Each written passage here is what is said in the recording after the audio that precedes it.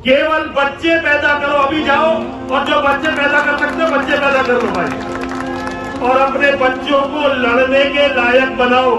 उत्तर प्रदेश के गाजियाबाद में एक गांव है डासना। इस डासना में एक 10 एकड़ का परिसर है। यहाँ पर देवी का मंदिर और मठ भी है और इस मंदिर का नाम है शिव शक्ति धाम। अब से कुछ महीनों पहले तक इस मंदिर के गेट पर लिखा हुआ होता था कि मुसलमानों का अंदर आना सख्त मना है। इसी धाम के अंदर एक ढोंगी और पाखंडी बाबा है जिसका नाम है यति नरसिम्हानंद सरस्वती। ये वही नरसिम्हानंद है जो हमेशा मुसलमानों के खिलाफ भड़काऊ बयान दिया करता है। जब कोई डासना के इस मंदिर में जाता है और वो कहता है कि मुझे यति नरसिम्हानंद से मिलना है तो उसको मिलने तो दिया जाता है, लेकिन एक खास सिक्योरिटी प्रक्रिया से होकर गुजरना पड़ता है। मिलने वाले व्यक्ति को एक अलग कमरे में ले जाकर बिठा दिया जाता है जिसमें एक टेबल है, कुर्सी है और बैठने के लिए जगह है। वहीं पर ये बाबा आकर लोगों से मिलता है। जिस वक्त यति नरसिम्हानंद किसी से मिलता है तो उस टेबल पर उसकी एक पिस्टल रखी होती है। जब इस पिस्टल के बारे में पत्रकारों ने सवाल किया तो यति नरसिम्हानंद ने कह दिया, ये मैं अपनी सिक्योरिटी के लिए रखता हूँ, मुझे अपनी जान का खतरा बना रहता है, इसलिए मुझे ये ऐसा करना पड़ता है। स्वामी यति नरसिम्हानंद सरस्वती, जिसका असली नाम है दीपक कुमार त्यागी, इसकी उम्र लगभग 61 साल के आसपास हो चुकी है और ये मेरठ का रहने वाला है।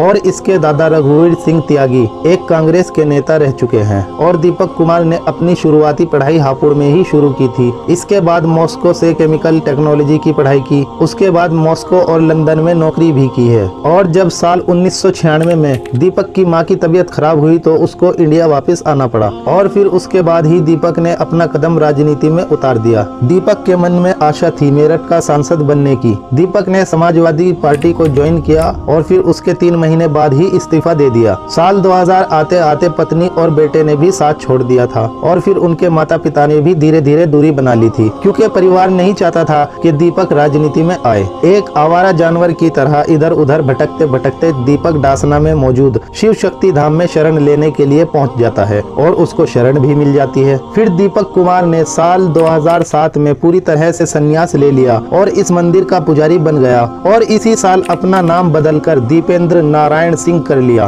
और फिर इसके 1 साल बाद ही इसने अपना नाम बदलकर यति नरसिम्हानंद गिरी कर दिया और उस वक्त से लेकर अब तक इसको लोग यति नरसिम्हानंद गिरी के नाम से जानते हैं। लेकिन आजकल अब फिलहाल जो नाम चल रहा है वो इसका नाम चल रहा है यति नरसिम्हानंद सरस्वती। स्वामी यति नरसिम्हानंद सरस्वती, अपने नाम के आगे स्वामी लगाने वाले इस आदमी को हमेशा अपने धर्म की अच्छाई पेश करनी चाहिए और उसी को प्रमोट करना चाहिए, लेकिन ये ऐसा नहीं करता है। ये तो इस्लाम धर्म को लेकर मारने काटने की बात करता है और भड़काऊ बयान देता है। मोदी जी को मानता है, मोदी को हिंदू समर्थक नहीं मानता मैं, मोदी को हिंदू समर्थक नहीं मानता मैं। और ये ऐसा पहली बार नहीं हुआ है। इससे पहले भी यति नरसिम्हानंद ने बड़ी बड़ी हस्तियों के ऊपर उंगलियां उठाई हैं, जैसे कि हमारे देश की आन बान और शान डॉक्टर APJ अब्दुल कलाम जैसी हस्ती को भी इसने नहीं छोड़ा है। अब्दुल कलाम भारत का राष्ट्रपति बना लेकिन वो नंबर 1 का जिहादी था।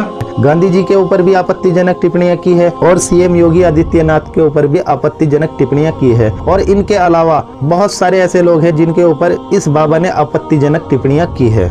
हामिद अंसारी से बड़ा जिहादी धरती पे कोई पैदा नहीं हुआ। मैं आप सभी की नॉलेज के लिए बता देना चाहता हूँ, यति नरसिम्हानंद के ऊपर 23 से ज्यादा केस चल रहे हैं जिसमें हत्या की कोशिश करना, अपहरण करना, लूट करना, पब्लिक पर आपत्तिजनक टिप्पणियां करना, धार्मिक हेट स्पीच करना, मारकाट करने की बात करना, ये सभी मिलाकर यति नरसिम्हानंद के ऊपर लगभग 23-24 केस चल रहे हैं। फिर भी ये यति नरसिम्हानंद बहुत ही आसानी से जेल से छूट जाता है, ना जाने कैसे।